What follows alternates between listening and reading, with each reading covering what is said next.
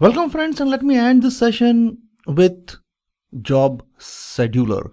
So as you know, with the API level 26, you cannot perform certain tasks in the background by using broadcast receiver in manifest.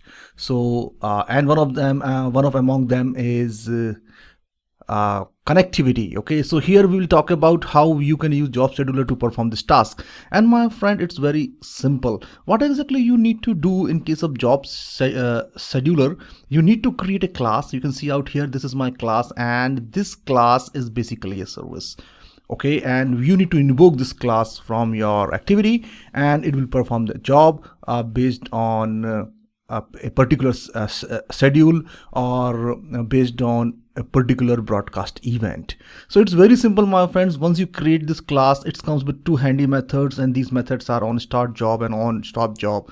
So here you can start a job and perform some task. As you can see out here, I'm just to print a logs of an integer by using a for loop, and here you can stop the job. And here in the main activity, is so simple. To work with this particular type of job scheduler, you need to create an object of job scheduler, which is a system service class, create an object, and finally build a job info. So here in a job info, it's quite easy, my friend. You need to create an object, and you need to pass the component. Okay, this is my component that I am passing, service component. That is my job service. And finally, you can use some setter method with the latency and the type of network you require. So there is a lot of tasks that you can do out here. You can see out here, builder.set. So here you can set means when to invoke this job. That is the main purpose of job info. So I want to invoke this job whenever my device is charging, or whenever with some kind of network I required, minimum latency, some kind of back off criteria. So here you can this is a limited version of broadcast receiver. You can perform certain type of task only. So here what I am going to do out here, I want to invoke this job whenever my device is connected to any type of network. Or you can also go with some different type of network, like meter network or the not roaming, but I'm going to select any type.